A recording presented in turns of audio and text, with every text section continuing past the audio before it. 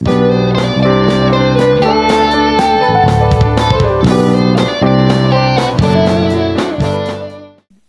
victory over mental and emotional strongholds. Ayan, para maintindihan po natin ng mas madali, ano yung stronghold? Ibig sabihin ng stronghold, ang strong ng hold. Ayan, ibig sabihin, kunwari, ayan, yung, ang strong ng kapit sa'yo. Ayan, di ba ganun lang, kasi parang isipin mo, ano yung stronghold? Pero yung pala, ang strong ng hold. Kaya, ibig sabihin, kunwari, parang gusto mo magdrama, pero ayaw mo naman talaga magdrama, pero yung drama, laging nandyan. Parang ang strong ng hold sa'yo. Hindi mo matanggal yung drama. Kunwari, ayaw mo naman talaga malungkot, pero yung kapit ng lungkot sa'yo, espiritu ng lungkot, ayaw umalis. Ayun po yung stronghold. Yeah. And kung sino man po sa atin merong mga mental or emotional stronghold ngayon, kaya po tayong palayain ng Panginoon ngayong umaga na to. Yan, sabi po sa 2 Corinthians 10:4-5, "For the weapons of our warfare are not carnal, but mighty through God to the pulling down of strongholds." Ayun nga po. "And casting down imaginations and every high thing that exalted itself against the knowledge of God, and bringing into captivity every thought to the obedience of Christ."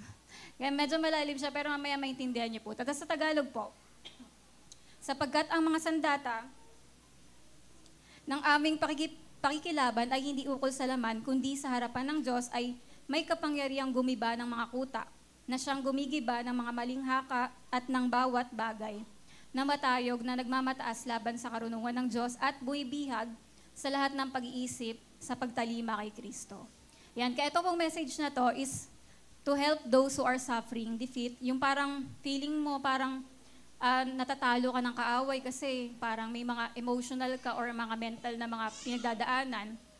Tapos hindi mo alam kung paano ka makakalaya doon. Ayan, at even though you have been tormented, defeated, parang feeling mo talo ka, cast down, pero kung makikinig ka po sa message na ito, ay kaya ka po panalunin ng Panginoon, ano man yung mga bagay na yon.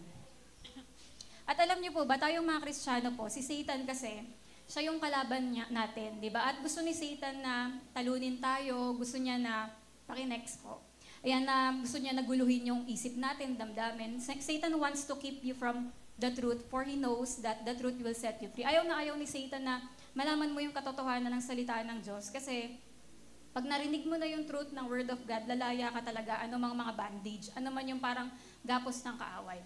At sabi nga po, for too many Christians are held hostage by emotional strongholds na at sa araw-araw may mga Kristiyano pong bihag ng anger, depression, discouragement, frustration, inferiority complexes, fear, and countless other volatile feelings. Kaya dito nga po, di ba na parang kailangan talagang matutunan ng mga Kristiyano yung paano lumaya. At sabi nga rin, may mga tao daw po na ganito, yung sa pag-umaga, talaga nag-strive sila na mabuhay. Kunwari yung pag-umaga, ang imbis na sabihin nila, "Good morning, Lord," ang sinasabi nila, "Good Lord, it's morning." Di ba? Parang Diyos ko, umaga na naman. Parang sa Pinoy version. Parang umaga na naman. Parang imbis na, "Lord, good morning." Di ba? Parang, Diyos ko, umaga na naman. Ano na naman tong araw na?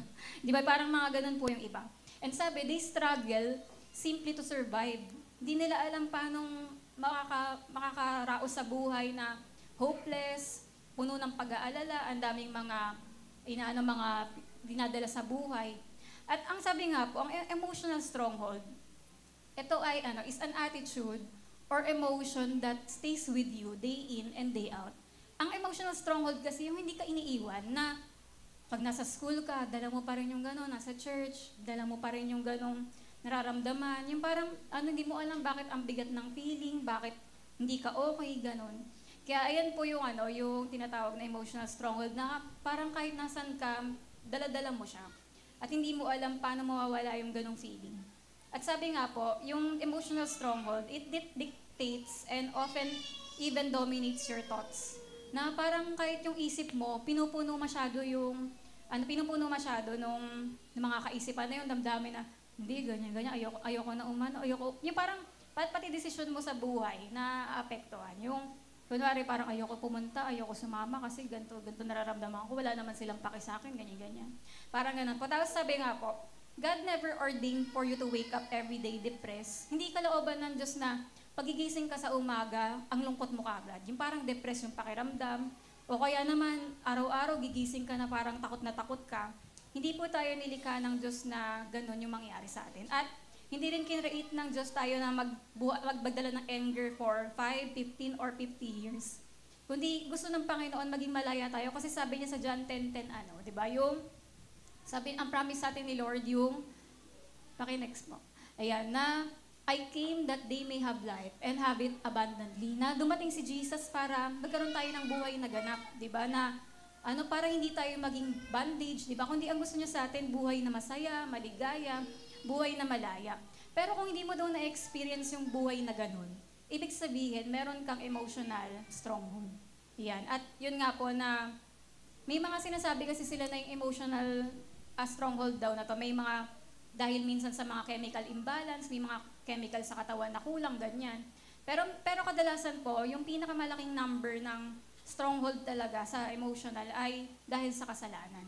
Pwedeng hindi mo kasalanan, pero kasalanan ng nanay mo. Halimbawa, kasalanan ng pamilya, na nagawa ng sa kapamilya mo, o sa environment nyo, yung parang yung lugar nyo talagang grabe yung kasamaan sa lugar. Kasi may mga ganong lugar talaga, kunwari yung parang, kay John Ramirez nga, yung tumira sila sa Bronx, ay parang Bronx ba yung tawag, basa doon.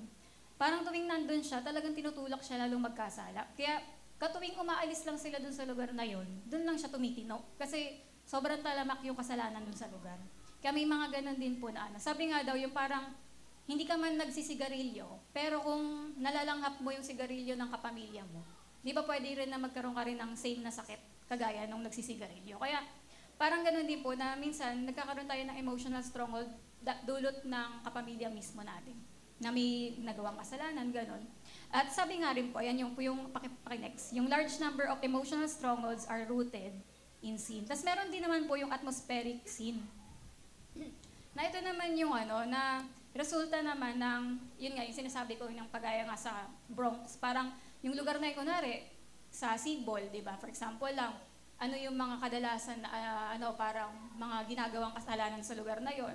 Sa mga taga-Magdaong, di ba, alam nyo rin yung parang pinaka-common na mga ginagawa ng mga tao doon, gano'n. Kaya minsan may mga, parang nagkakaroon ka rin ng emotional stronghold dahil doon sa kapaligiran. Pero sabi po, meron ding 3 general categories of emotional stronghold. Una dyan, yung strongholds rooted in our past, yung nakaraan. Kaya nagkakaroon ng emotional stronghold kasi may mga nangyari po sa buhay mo nung nakaraan. Pwedeng nagkaroon ka ng emotional damage dahil nagkaroon ng trauma, meron din parang iniwan ka kasi, gano'n, or parang any number of negative factors. Ayan. Tapos, parang di ba halimbawa sa Bible po si Joseph, di ba, na ang dami yung pinagdaanan niya, siya, binenta ng mga kapatid, ang daming mga parang pain sa buhay niya. Pero di ba, nakita naman po natin maganda yung ending ni Joseph kasi nagtiwala siya sa Panginoon. Tapos pangalawa po, strongholds that are part of our present. Ito naman mga emotional stronghold na to, yung mga pinagdadaanan mo ngayon, pwedeng may problema ka sa asawa mo, sa pera, sa anak, di ba? May mga problema sa trabaho, may mga iba't iba kang mga nagpapabigat ng kalooban mo. Yan, parang kagaya rin kay Apostle Paul po, na yung mga present situation niya nung sinusulat niya sa Bible na binubugbog siya, nasi-shipwreck, di ba? Ang dami mga pinagdadaanan. Kaya nagdudulot ng emotional na kabigatan. Pangatlo, strongholds that involves the fear of the future. Ayan, ito naman po yung mga takot, ito yung ibig sabihin worry, yung pag-aalala. Nag-aalala ka sa bukas, kaya parang natatakot ka sa mangyayari kasi, yun di ba, parang sabi nga dyan, yung worry po, yung means you're scared about tomorrow. Di ba, natatakot ka sa mangyayari sa bukas. Pero yun nga po, di ba, sabi nga rin, a person bound by emotional stronghold for the future become paralyzed today. Pero habang natatakot tayo sa future, hindi nasasayang tuloy yung araw ngayon kasi natatakot ka na kagad sa wala pa nga. Pero po ano po ang God's viewpoint, 'di ba? Sabi nga po diyan, Jesus says that in this world, past, present, and future, we will face trials and the effects of sin. 'Di ba? Talagang may pagdadaanan po talaga tayo dito sa buhay. Pero sabi po diyan, in spite of these trials, we're to be of good cheer because He has overcome the world. 'Di ba? Pero ang sabi po ng Panginoon, 'di ba, magtiwala tayo sa Kanya. Parang pumayapa yung puso natin kasi Siya po bahala sa atin. At sabi nga po, our emotions are based on choices we make. Yung mga nararamdaman talaga natin ngayon, dahil yan sa mga desisyon na ginawa natin sa buhay, di ba? At sabi rin, which in turn are based on what we believe. Na kung bakit ganyan yung ngayon, bakit hindi okay yung pakiramdam mo o bakit okay pakiramdam mo ngayon? Kasi depende yan sa pinapaniwalaan mo, kung ano yung mga parang saan ka na-expose. Kunwari, kung Bible yung talagang mineditate mo ngayon, ayos na ayos ka. Di ba? Kasi puro ang meditation mo, mahal ka ni Lord, tutulungan ka ni Lord.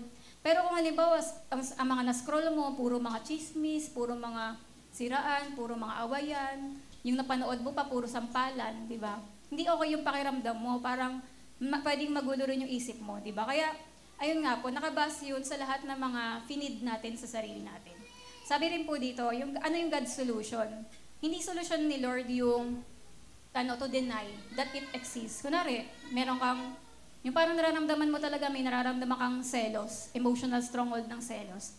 Hindi yun gagaling kung hindi ka aamin. Kunwari, hindi talaga ako nagsiselos. Pero ang totoo, problema mo talaga yung selos. Kunwari naman, hindi ako inggit. Pero kung yun talaga yung problema mo, pag hindi mo yung inamin kay Lord, hindi yun gagaling. Parang sa doktor, pag hindi mo sinabi sa doktor na yung sakit mo, hindi ka niya matutulungan, di ba? Parang ganon din kay Lord. At sabi nga po, yung distracting naman yourself, yung parang sa emotional stronghold, hindi natin ito matatanggal kung i-distract mo sarili mo. Halimbawa, dahil malungkot ka, ang gagawin mo na lang magigames ka para mawala yung depression, ganon.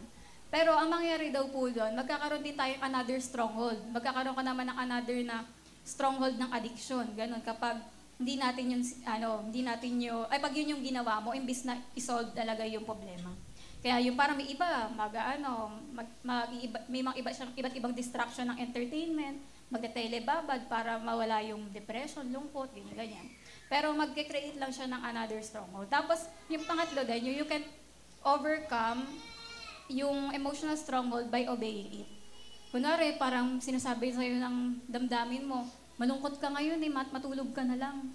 Diba kung lagi mo na lang susundin yung nararamdaman mo, hindi ka rin makakalaya doon. Kasi paulit-ulit lang na susundin mo yung kung anong sinasabi ng emotion mo. Diba? Kaya sabi nga po, the key to overcoming emotional stronghold is to understand and address their root. Kailangan daw po para malaman natin bakit ganito yung nararamdaman ko, bakit ang gulo ng isip, ganyan. Bakit ganito yung bakit ako may problema sa ganito. Kaya malalaman po natin yung solusyon kung aalamin natin yung ugat, kung paano ka nagkaroon ng ganun, na nararamdaman o iniisip. Sabi nga po, whatever or whoever controls your thought life, controls your emotions. Ulitin po natin, whatever or whoever controls your thought life, controls your emotion. Kung sino yung nagkocontrol ng isip natin, yun din po yung nagkocontrol ng emosyon natin. Kunwari, kung yung isip mo puno ng salita ng Diyos, yung emosyon mo rin magiging okay. Pero kapag, kunwari, pinanood mo puro sampalan nga sa bunutan, madali ka rin maasar, madali ka rin mabitter, di ba? Kakasar tong mga ganito kasi puro sigawan yung pinapanood mo. Natural, yung emosyon mo rin, hindi magiging ayos. Kasi, ang dami mo kunwari, parang halimbawa din, kunwari lang, okay naman ako kay Alfred. Pero paano pag may tsumika sa akin na, alam mo ba, sabi ni Alfred, ganito ka? O ganun. Yung parang kahit na okay naman ako sa kanya, mag-iiba na yung pag dumating si Alfred, ba't hindi ako pinapansin ni Ate Mer? Diba? Kasi, alam mo yun, parang magiging apektado yung emotion natin kung ano yung nilagay natin sa isip natin. Kaya nga, sabi nga rin po, the root of all emotional strongholds can be found in what you think and believe to be true. Kapag pinaniwalaan mo yung bagay na yun na totoo, apektado yung nararamdaman. Kunwari, pag sinabi sa'yo, Gabi, alam mo, ang ganda mo. Di ba, sa feeling, anong mangyayari?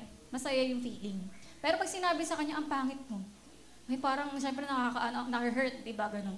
Kaya parang di ba, kaya yung mga finifeed natin sa isip natin, kung ano yung pinaniwalaan mong totoo, ayun yung nagpapa-apekto sa ating emosyon. Sabi nga po, if Satan is influencing your thought life, di ko pala, lagay ko ba yun? If Satan is influencing your thought life, you will feel what he wants you to feel. And if God is dominating your thought life, you will feel what God has decided you to feel. Kung si Satan yung naglagay ng isip na yun sa'yo, yung negative, syempre magiging negative yung nararamdaman mo. Pero kung si Lord yung nagbigay ng mga laman ng isip mo, anong mangyayari? Magiging ayos yung pakiramdam natin. Kaya sabi nga rin po sa Proverbs 23:7, "For as he thinks within himself, so he is." Kung ano yung iniisip mo sa sarili mo, magiging ganun ka. Pag iniisip mo, hindi ko kaya to, hindi mo talaga magiging kaya. Kasi, ayun yung tingin mo sa sarili mo.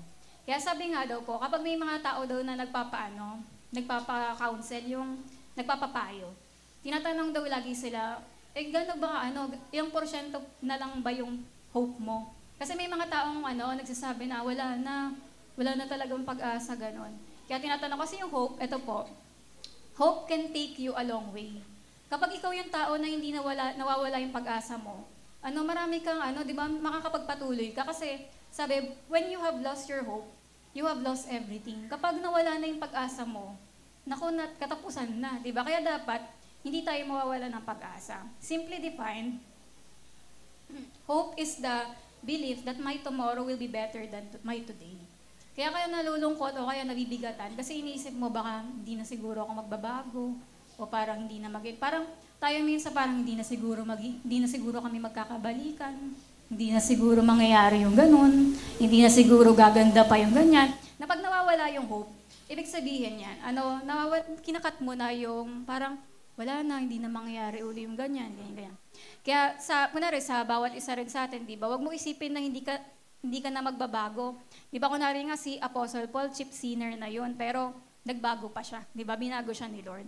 Kaya kaya tayong baguhin ng Panginoon. Kaya minsan, may mga nalulungkot sa atin kasi feeling nila hindi na sila magbabago, na gano'n na talaga sila. Pero wag nating putulin yung hope, di ba? Kasi yan, kailangan lagi natin yan dala. Tapos si David din, alam niyo ba, alam din niya yung tungkol sa power of hope. Sinabi niya yan sa Psalms 42:3, sabi niya dito, "My tears have been my food day and night." Araw at gabi daw, pagkain na niya yung luha niya. Ano ibig sabihin ng pagkain niya na luha niya?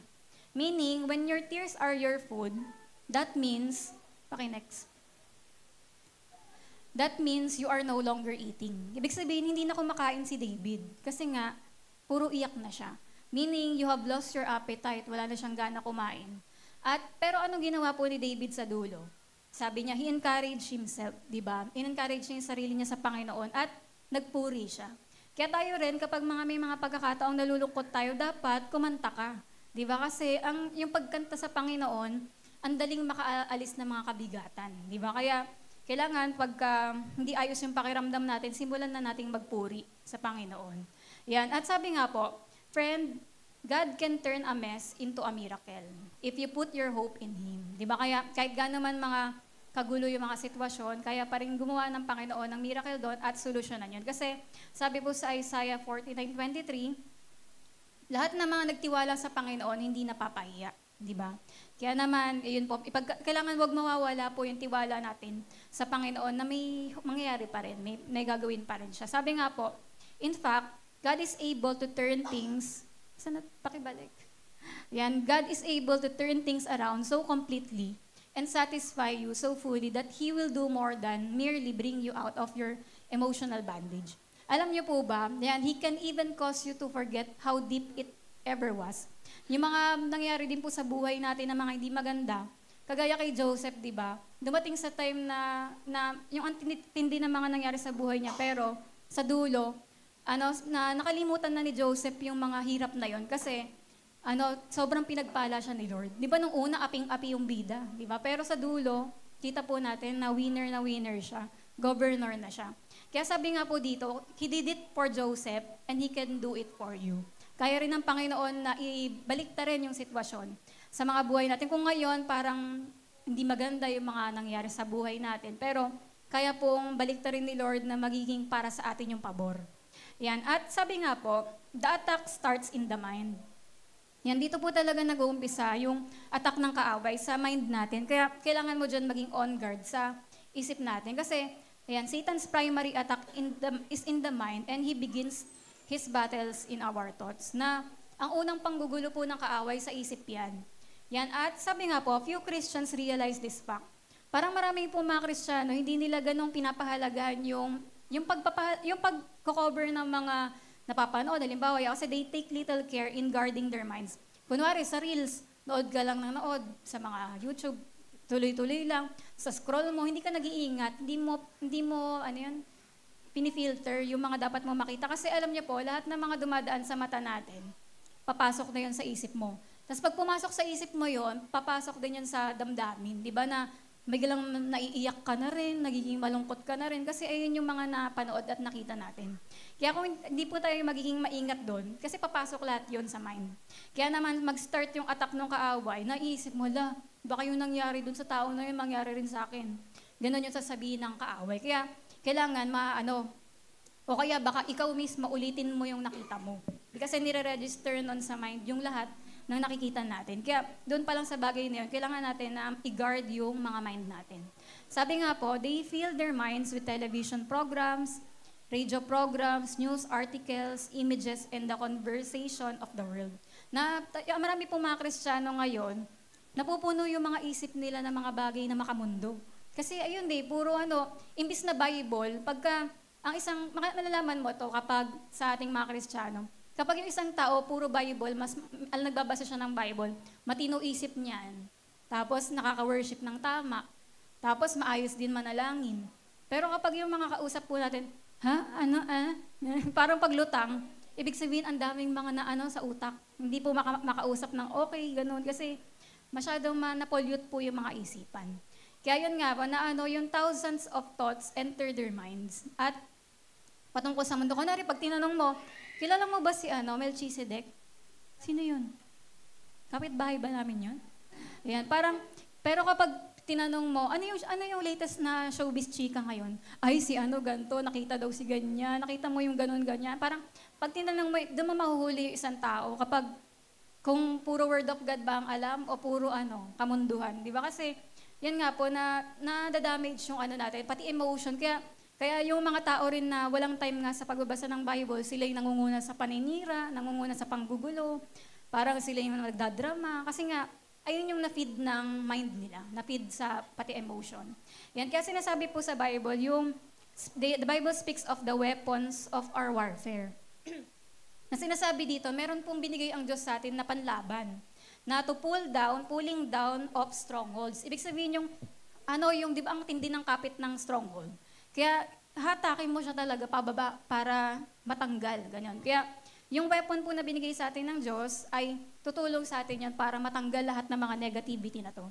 Yan, sabi nga po, the area of our thoughts is a battlefield. Kaya di ba may book nga po si Joyce Meyer na Battlefield of the Mind, na ang dami talaga mga ginagawa ng mga taong kung ano-ano dahil nga kung may mga pinasok yung kaaway sa isip nila.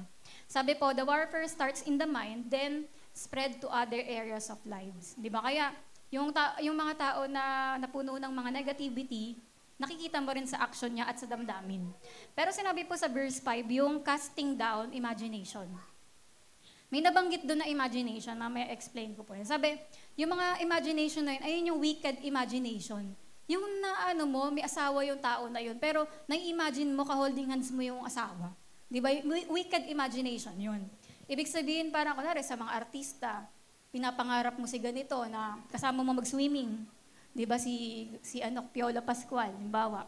Parang gano'n, parang iniisip mo na, parang na kinikis ka ni John Lloyd, gano'n. Parang may mga, parang ibig sabihin, wicked imaginations na galing po sa demonyo yung mga gantong bagay. Na parang pinapaisip sa'yo ng kaaway na, dayain mo yung exam, gano'n. Galing po sa kaaway, pinapaisip sa'yo ng kaaway na nakawin mo yung yung ballpen. Di ba? Ganyan. Kaya may mga gano'n may mga thoughts na mga nilalagay ng wicked imagination na talagang nakita mo sa isip mo, nakita mo siya na ginagawa, pero alam mo na mali yun.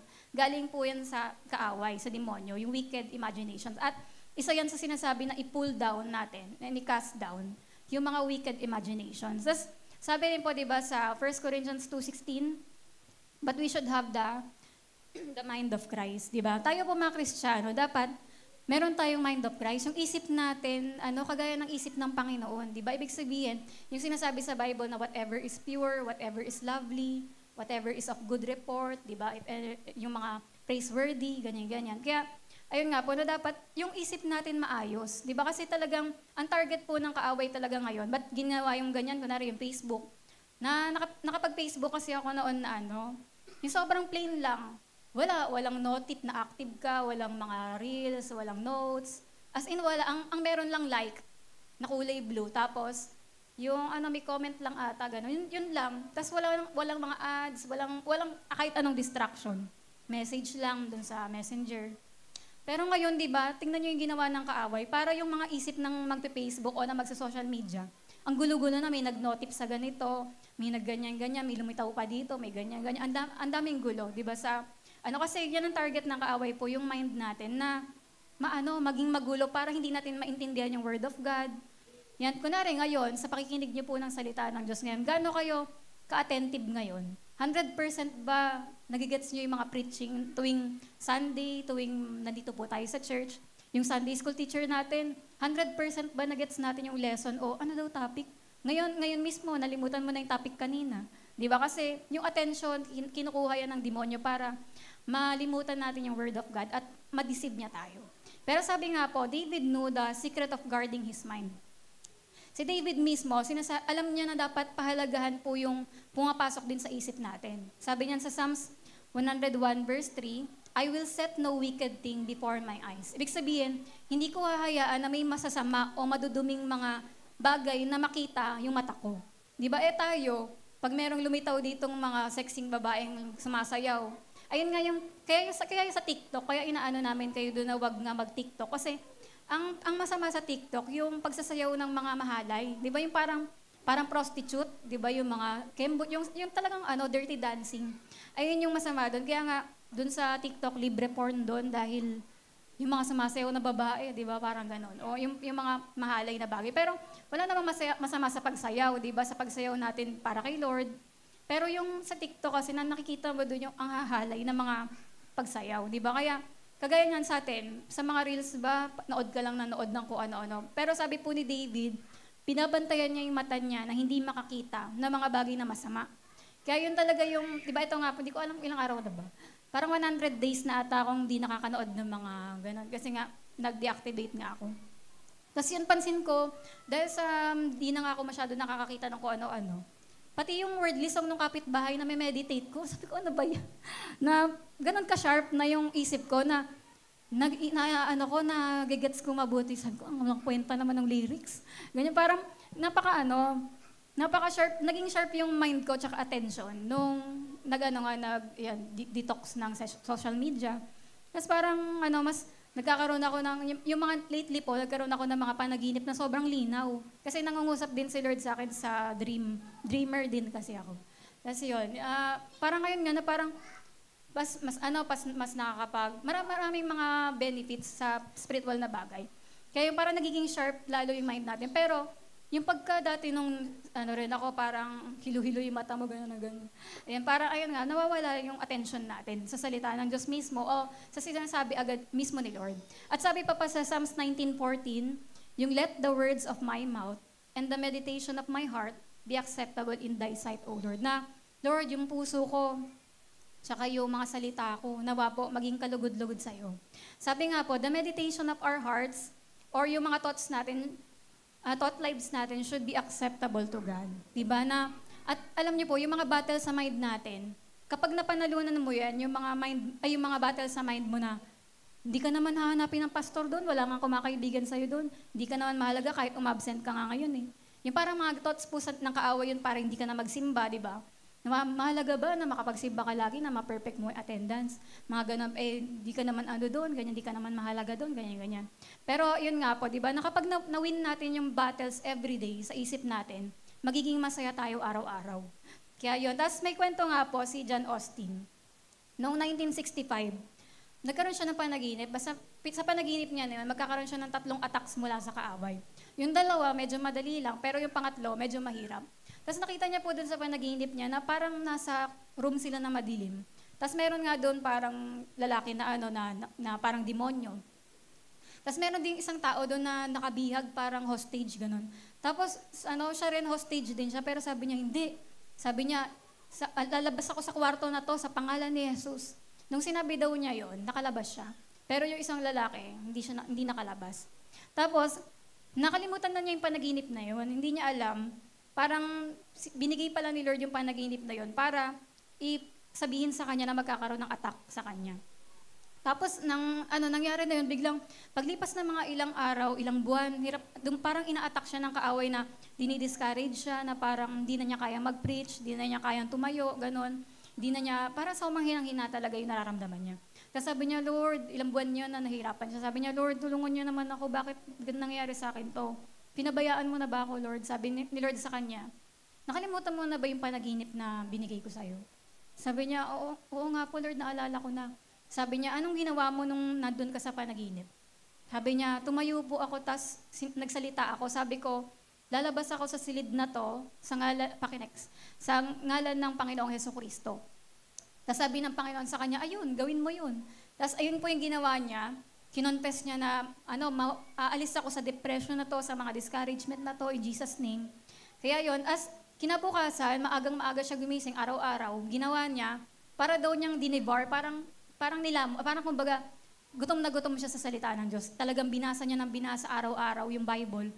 Sineryoso daw talaga niyang basahin hanggang sa mabago yung mind niya. Biglang natanggal na daw po yung mga kabigatan, mga masamang iniisip niya, tsaka yung bigat ng damdamin. Dahil na yung word of God lang yung kinonfess niya. Kaya ganoon din po sa atin, di ba? Ang pinaka-weapon na binigay ng Diyos sa atin ay yung salita ng Diyos para maging okay yung pakiramdam at isip natin. Kaya kagaya rin po yung Psalms 91, di ba kapag sinasabi sa'yo ng demonyo na maaksidente ka, mamamatay ka na, ganyan-ganyan. Pero pag kinonfess mo yung Psalms 91, yung protection ng Panginoon, di ba? Na sabi nga, kung bawat nga Kristiyano daw, lagi nating sasabihin yung it is written.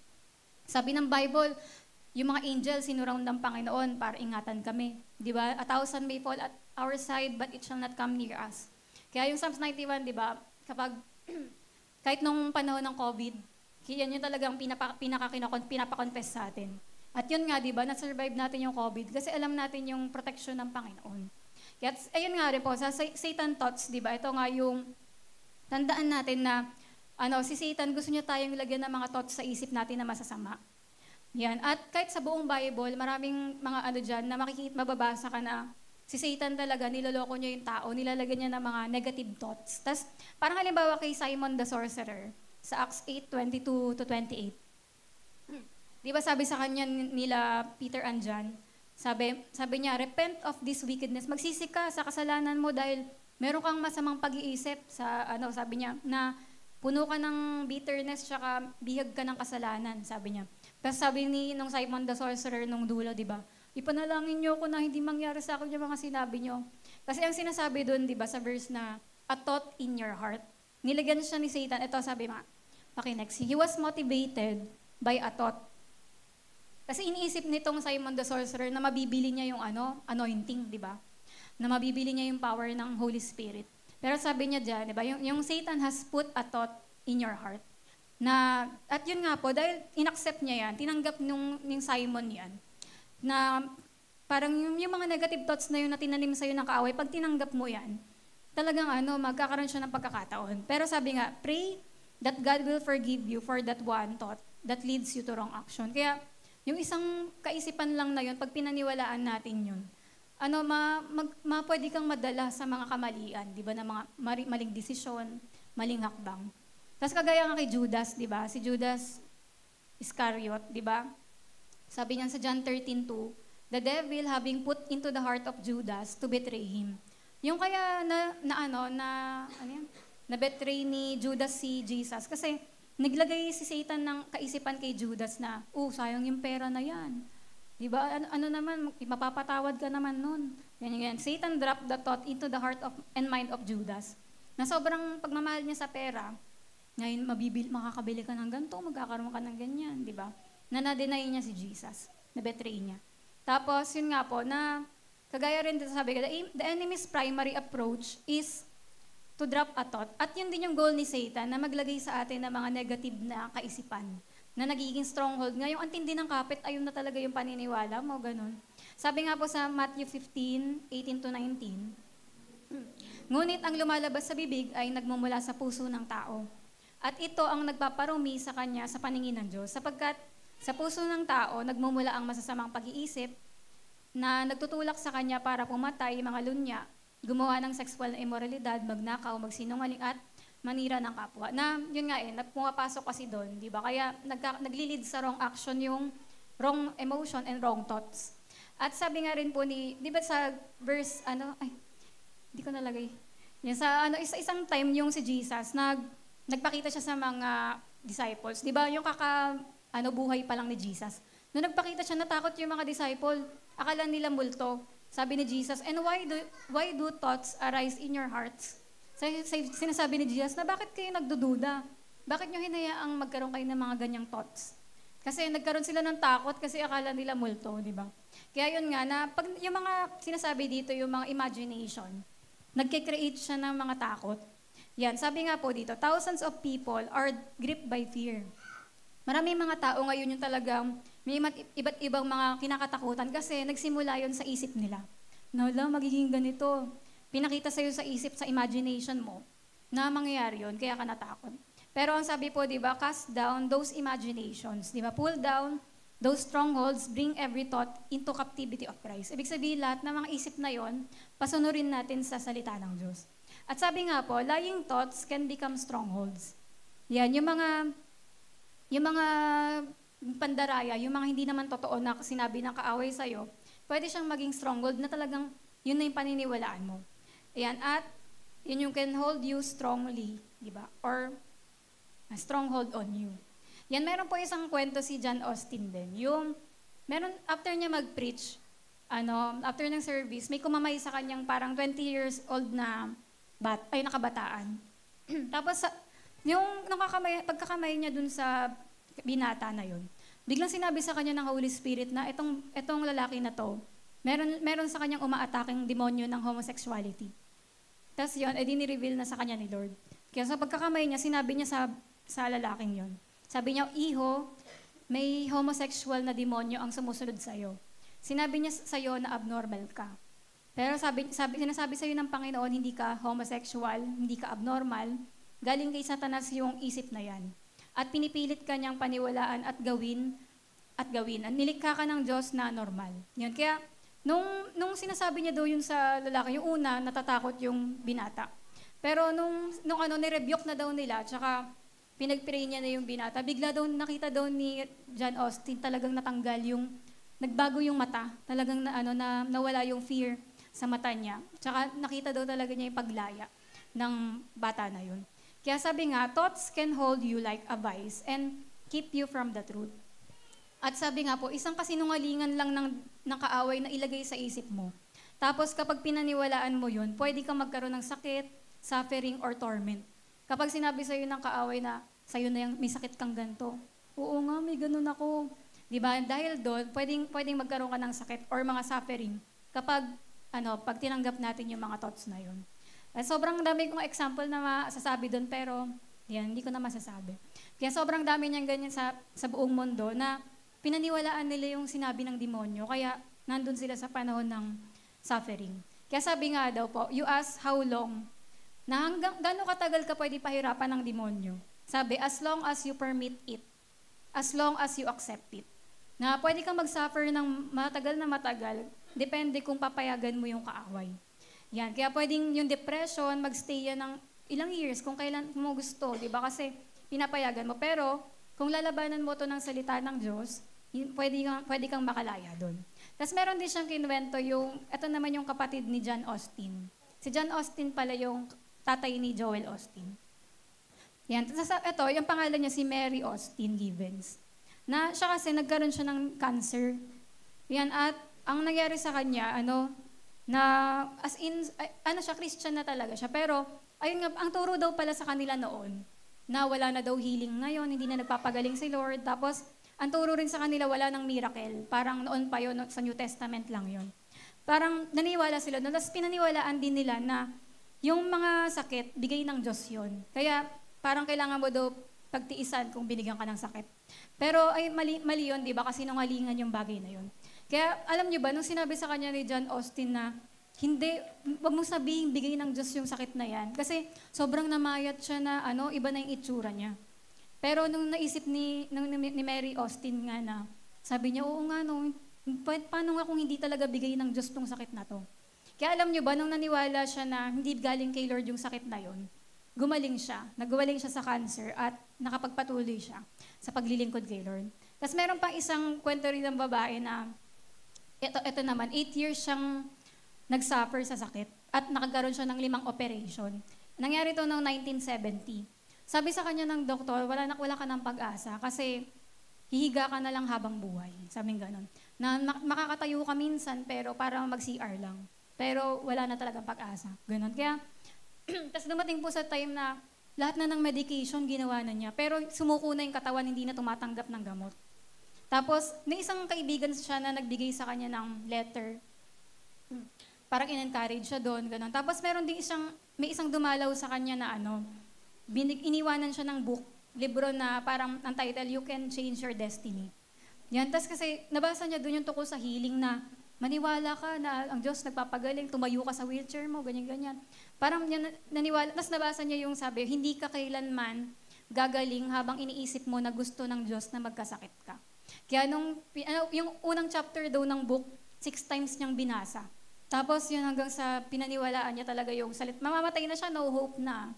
Pero unti-unti dahil pinagtiwalaan niya yung salita ng Diyos, gumaling siya. Tapos nagpunta uli siya dun sa doktor. Tapos ito yung sinabi.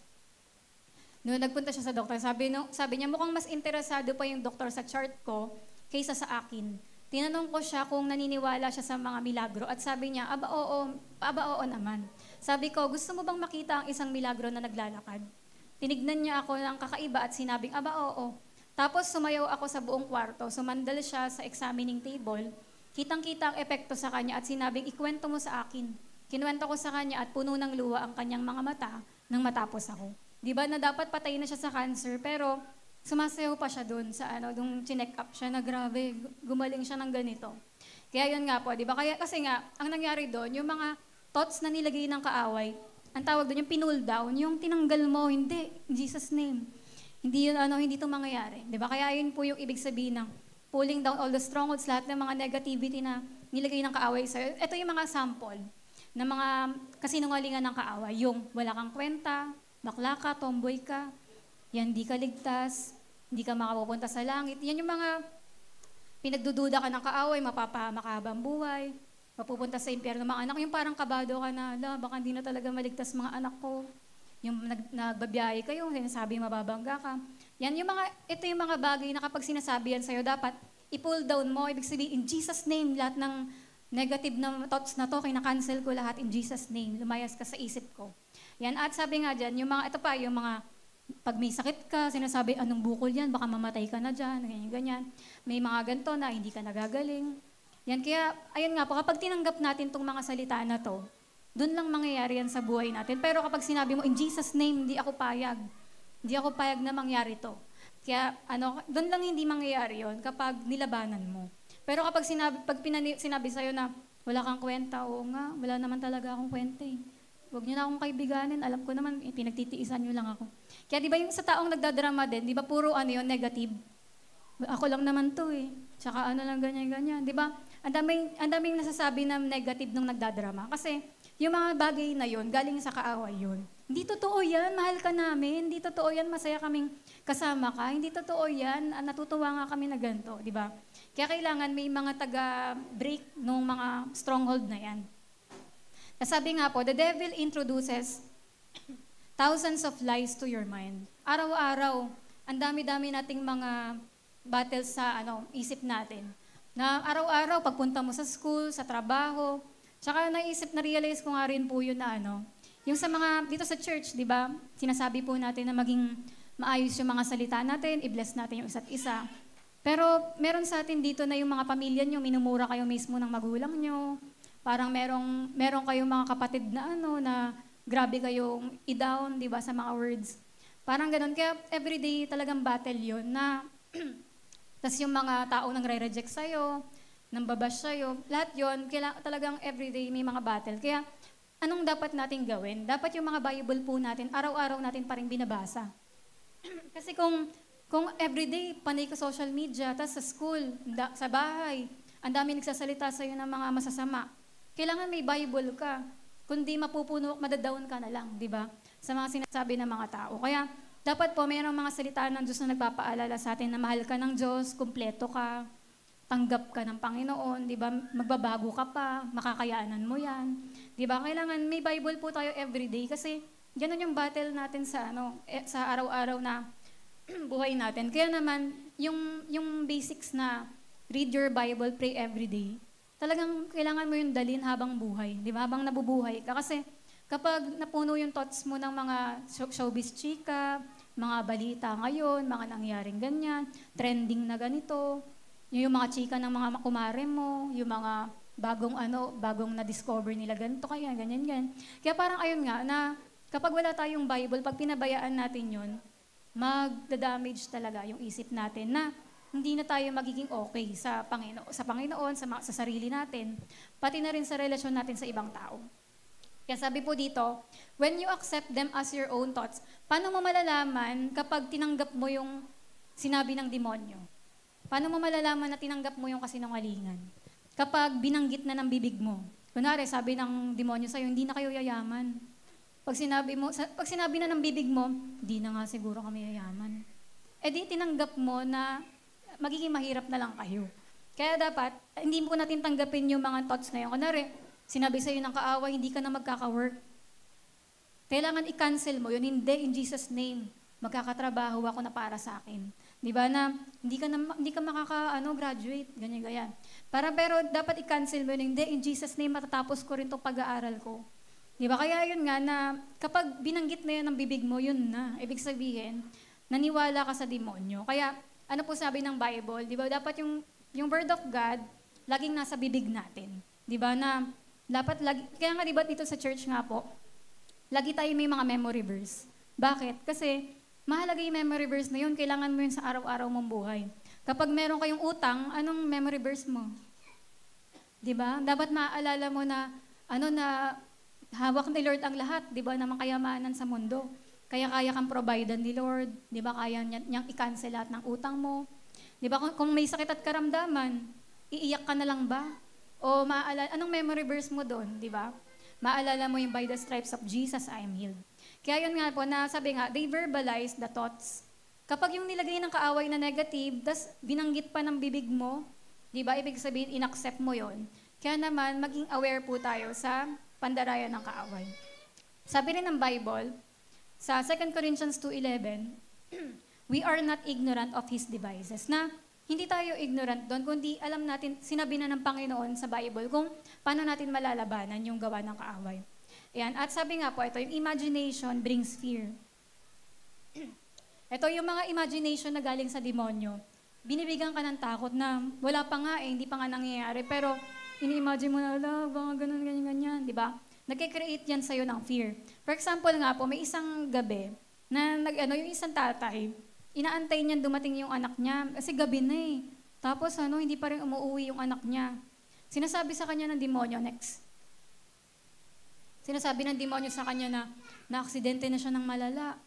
Hindi na siya makakauwi. Huling beses mo na siyang nakitang buhay, ganyan. Parang inaano siya ng demonyo na kung ano pumapasok sa isip niya. Parang nakarelate din ako dito kasi may time din na ganyan ako. Yung habang nag-aantay ka ng pag-uwi, wala pa rin, walang ganyan-ganyan. Parang kung ano-ano naisip mo. Pero doon nga rin talaga magre-review ka. In Jesus' name, tinatanggal ko yung mga negative thoughts, negative na mga imagination, yung mga thoughts mula sa kaaway. Kaya yun yung pull down all the strongholds. Na tatanggalin mo yung lahat ng ganun. Tapos ang ginawa niya, nagsimula siyang bigkasin yung salita ng Diyos. Yan yung Word of God, yung tungkol sa Word of God tungkol sa pamilya nila. Tapos, yan sinabi niya yung mga pangako ng Diyos.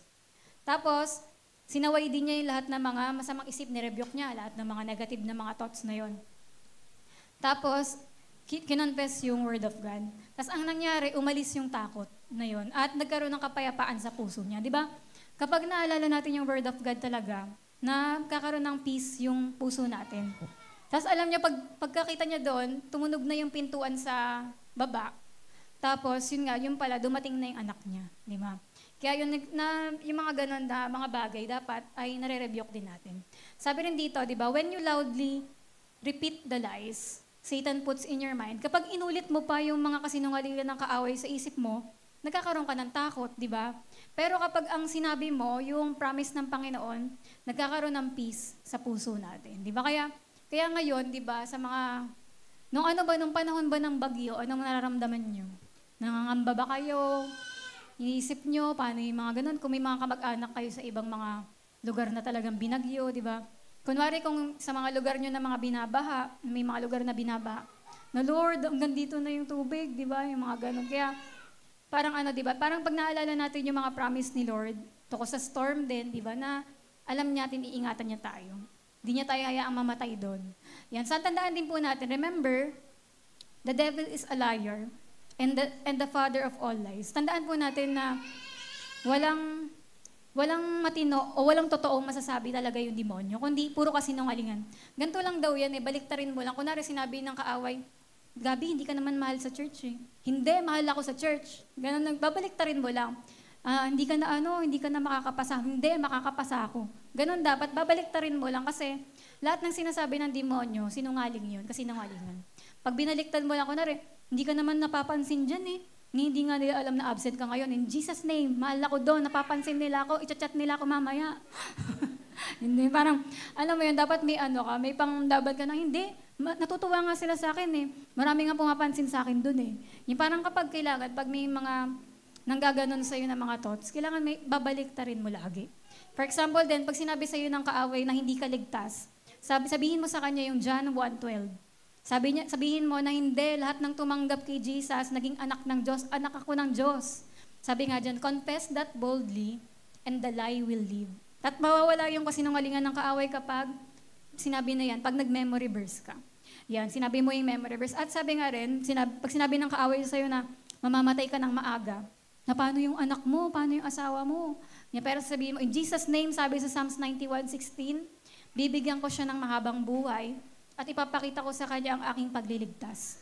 Pag sinabi ng kaaway na hindi ka nagagaling, o kahit yung doktor sinabi sa'yo hindi ka nagagaling, sabihin mo yung Isaiah 53:5, at dahil sa mga sugat niya ay gumaling tayo.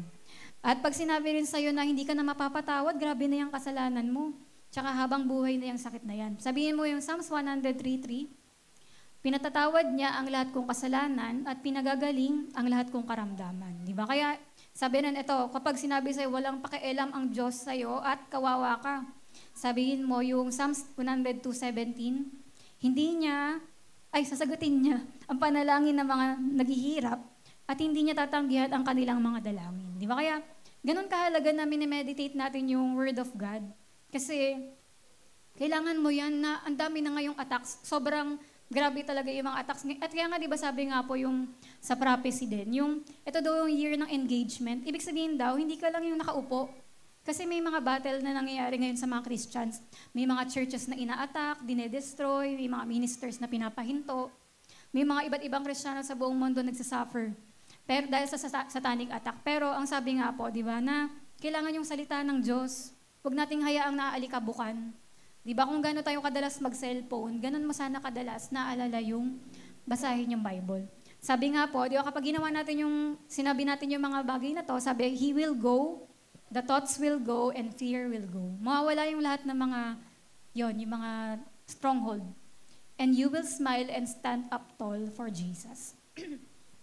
Kagaya ng ginawa ni Jesus nung tinempt siya, di ba, sa Matthew 4. Sabi lang ni Jesus, it is written, nasusulat. Kaya pag sinabi natin, sabi ng Bible, sabi sa Matthew, di ba ganyan? Kaya kailangan alam din natin yung mga memory verse natin. Kunwari, alam mo kung saan matatagpuan na mahal ka ng Diyos. Saan mo mababasa kapag nagdadrama ka na walang nagpapahalaga sa'yo. Maalala mo, ay hindi, mahal ako ng Diyos. Di ba sabi sa ganitong verse. And sabi nga rin po, yung bring every thought into the captivity of Christ, ibig sabihin, lahat ng mga negative na isip na yan, pasunurin mo yan sa salita ng Diyos. Sabi dyan, yung make the devil's thoughts bow to the infallible word of God. Na kailangan sumunod yan sa salita ng Diyos, na ikaw kasi nungalingan lang yan ng kaaway. Na ang paniniwalaan ko ay salita ng Diyos. Yung thus saith the Lord, sabi ng Panginoon ganito. Yan. Kaya kagaya yung Isaiah 54:17, dapat kabisado natin to lahat. Yung no weapon formed against me shall prosper. And every tongue that shall rise against thee, in judgment, thou shalt condemn. Di ba na, lagi ko rin niya kinakonfess na, hindi, no weapon, kunwari may mga attack akong naaano sa panaginip ko, ganun. Kaya umaga pa lang, hindi, no weapon. Pag yung parang nararamdaman kong natatakot ako in Jesus' name, God has not given us the spirit of fear, but of power, love, and of a sound mind. Kaya yun nga na, ano ibig sabihin itong weapon tsaka tongue na yan? Ibig sabihin, yung weapon, yung thought from Satan, yung sinanilagay niyang isip sa'yo na masama. At yung mga accusation na, hindi ka naman ganyan hindi ka naman ganito, ganyan ka naman, ilang taon ka na, hindi ka naman nagbabago, magpapatuloy ka pa ba, ganyan-ganyan. Kaya may mga thoughts na nilalagay yung kaaway. Pero ang sabi ng Bible, di ba, no weapon formed against you shall prosper. Ibig sabihin, hindi mananalo pa rin yung kaaway. Kasi meron kang hawak na salita ng Diyos. At sabi nga rin, pag nag-pray tayo na, Lord, matanggal na po itong mga negative na nararamdaman ko, yung mga attack ng kaaway, hindi daw tatanggalin ni Lord yun. Kasi ikaw dapat yung magtanggal. Kasi sabi ng Bible, di ba, ikaw daw, binigay na sa atin yung authority na apak-apakan yung gawa ng kaaway. Kaya ibig sabihin dapat, yung wag kang asa lang na, papray po ako, pastor, papray. Ikaw matuto ka mag-pray kasi ikaw mismo, binigyan ka ng Panginoon ng karapatan, kapangyarihan, para palayasin yung demonyo. Diba? Sabi sa Bible, resist the devil, and it will flee from you. Tsaka yung He has given you authority to trample all snakes and scorpions, and to overcome all the powers of the enemy. Kaya, ito yung sabi nga, in other words, you are the one who is to condemn that tongue. Kapag yung mga sinasabi sa'yo na, baka mamatay ka na, sa mga high school nga doon, pag naririnig ko sa MNHS, yung pag may mga dumadaan, ang dali lang nilang sabihin na mamamatay ka na, mamamatay na ka, ganun. Parang ang dali lang sabihin sa kanila yung ganun. Pero kapag may nagsabi sa'yo na ganun, Jesus name, buhay na buhay ako. Hanggang rapture ako, buhay. Ganun. Kaya yun nga, sabi nga, you are the one who is to condemn that thought. Kapag may sinabi sa'yo na, hindi ka talaga matalino, ganun. Sabi mo, in Jesus name, ang tali-talino ko, at tumatalino pa ako araw-araw. Ganun, dapat may panlaban ka. And you are the one who shall rebuke Satan and his lies. Kasi, kailangan talaga lumaban ka. And sabi nga rin, Jesus conquered Satan for you. Alam niyo kung bakit napako si Jesus sa krus? Para hindi tayo maging talunan. Para, pag may mga problema tayo, may mga attack yung kaaway, matalo mo talaga siya. Kaya sa yun yung Luke 10:19, kabisaduhin niyo rin yan. Di ba? And Mark 16:17, di ba? Sa pangalan ni Jesus, magpapalayas tayo ng mga demonyo. And sunod, yung renew your mind. Na napakahalaga rin na i-renew natin yung mind natin. Kasi, sabi dito, the thought life is the battlefield. So guard your thoughts. Ano daw sabi? Watch what you read. Watch what you look at. Watch what you let into your mind. Do not let wrong thoughts linger there. Di ba na, bantayan natin lahat ng pinapanood natin, binabasa natin, napapakinggan. Kunwari, papakinggan ko ba itong mga chika na to sa akin? Wag na nga, di ba? Papakinggan ko ba itong laging mga taong naninira na to? Di ba? Kasi masisira ka din kapag laging ganun yung mga kausap mo. Sabi nga rin sa Bible, di ba? Layuan daw natin yung mga ganung tao. Kasi kahit yung tayong mga matitino, maaapektuhan. Sabi nga po sa Romans 12:1-2, do not conform to the pattern of this world, but be transformed by the renewing of your mind. Kailangan mabago yung isip na to, maging okay to. Mapuno uli ng salita ng Diyos. Kung napuno yan ng basura, panahon na para maglinis. Para maging maayos uli yung isip at damdamin natin. Kaya di ba ilan sa araw na to yung may mga tao na hindi sila nagsimba kasi na-bandage sila ng feeling, di ba? Feeling ko, ganito, ganyan, di ba? May mga hindi makapagpatuloy kay Lord dahil sa feelings. Pero sabi po, think God's thoughts daily. Di ba? Na, yung parang, yung araw-araw na pagbabasa mo ng Bible, parang kala mo, kaibigan mo na si Jeremiah, si Isaiah, si Jacob, sila Peter, Paul. Yung parang sa pagbabasa mo ng Bible, parang kala mo, ka-holding hands mo lang si Jesus every day. Ayun nga yung kantang Walking with Jesus, di ba? Walking every day, all along the way. Kasi kapag yung Word of God, lagi mo yung binabasa, araw-gabi, di ba? Araw at gabi. Ay nagiging parang kala mo kasama mo lang si Jesus sa buhay mo. At sabi rin ni David, tinawag niya yung sarili niyang blessed. Bakit daw kaya? Kasi sabi sa Psalms 1:1-3, mapalad ang taong hindi nakikinig sa payo ng masama at hindi sumusunod sa masama nilang halimbawa. Hindi siya nakikisama sa mga kumukutya at hindi nakikisangkot sa gawang masama. Tas sunod, Yung sa halip, kasiyahan niyang sumunod sa kautusan ng Diyos. At ito, binubulay-bulay niya ito sa araw at sa gabi. Taas kamay ngayon nagbabasang Bible araw at gabi. Yan. O, ba't natatakot yung iba? Okay lang yan. Ayan. Araw at gabi, day and night. Di ba meron tayong Word of God sa puso natin? Nakakatuwa ngayon nabasa ko. Ano ibig sabihin ng bulay-bulay or meditation? Kunwari, ang meditation daw, yung halimbawa, tumikim ka ng fruit salad. Tapos kumain ka ng fruit yung cream ang kapal. Tapos nalalasan mo, parang fresh yung berries na nilagay dito. Uy, parang may ano siya. Yung cheese niya kakaiba. Tapos yung habang inaano mo yung, habang ninunguya mo, may mga fresh na katas yung pineapple. Ganun yung ibig sabihin ng meditation, yung talagang ninanamnam mo yung salita ng Diyos. Yung, uy, ba't parang ako to si Joseph? Inapiran ako ng mga kapatid ko. Tapos, parang inggit sila sa akin, ganyan-ganyan. Pero, ganyan, mabait pa rin ako sa kanila, nakakaiyak naman, relate much ako dito. Ganun yung meditation, yung ibig sabihin na iniintindi mo yung sinasabi. Yung habang binabasa mo, yung mga sinungaling, hala, ako to, ganyan-ganyan. Yung mga mapagmataas, hala, ako to. Ganun yung meditation, yung talagang ninanamnam mo kada salita na parang ikaw to, ano yung sinasabi ni Lord na isuko mo, yung bibig daw, ako to. Ganyan-ganyan, di ba? Ayun yung meditation na binubulay ito araw at gabi. At sabi po dito, he meditates in the Word of God day and night. At yung tao daw na nagbubulay-bulay ng salita ng Diyos araw at gabi, sila yung mga taong kayang i-pull down lahat ng strongholds, lahat ng negative or wicked imagination. Di ba? Kaya naman, balikan natin yung verse, di ba, sa 2 Corinthians 10:4-5. Pulling down stronghold, casting down imagination, at lahat ng thought na yon na hindi maganda, pasunurin sa salita ng Diyos.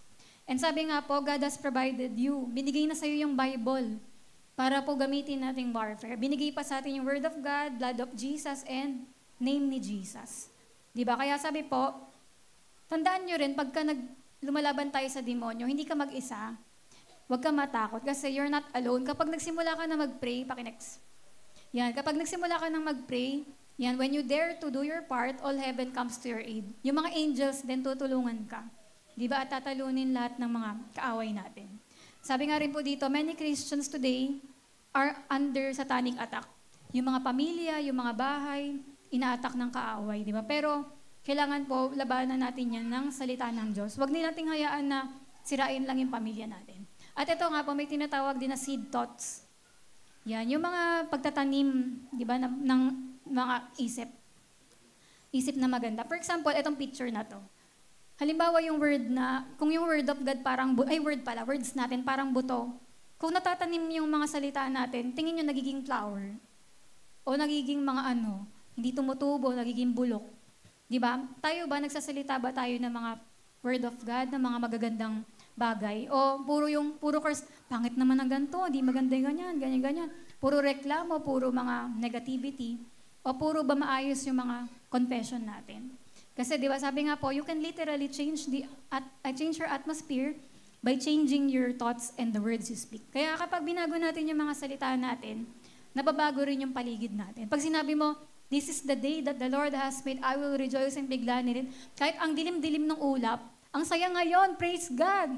Di ba? Ganon kasi, ayun yung sinabi mo, ayun yung tinanim mong mga words. Kaya magiging masaya ka. Pag sinabi mo, nakakaantok, nakakapanlambot, di ba? Kaya magaganon talaga mararamdaman mo. Pero kapag inisip mo, excited ako mamaya, excited ako sa mga gagawin ni Lord. Ganyan-ganyan. Kaya ganon yung mangyayari. Kaya tandaan niyo po to, hindi mo pwedeng itanim sa isip mo ang mga kaisipan ng sakit at umasa kang magiging malusog ka.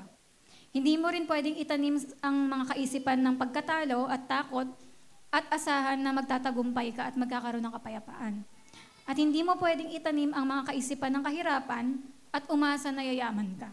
Kaya dapat, kung gusto po natin mabago yung lahat ng yon, baguhin din natin yung laman ng isip natin at punuin natin to ng salita ng Diyos. Kaya sabi po, begin today to fill your mind, my mouth, heart, home, and surroundings with the marvelous, loving seed thoughts of God about health, victory, praise, prosperity, and all other things you desire in life. Kaya, ilagay po natin yung base natin sa salita ng Diyos, think them, talk them, and act on them.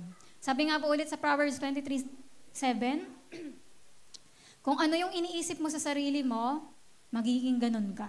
Di ba? Kapag iniisip mong maganda ako, gumaganda ako araw-araw, di mangyayari yun. Hindi yung patanda ng patanda, ano ba to? Di ba? Kaya yun, ganun yung mangyayari. Pero pag iniisip mo na, grabe patalino ako ng patalino, mas lalo akong gumagaling. At saka parang nagiging physically fit lalo ako. Mas lalong lumulusog yung katawan ko. Di ba?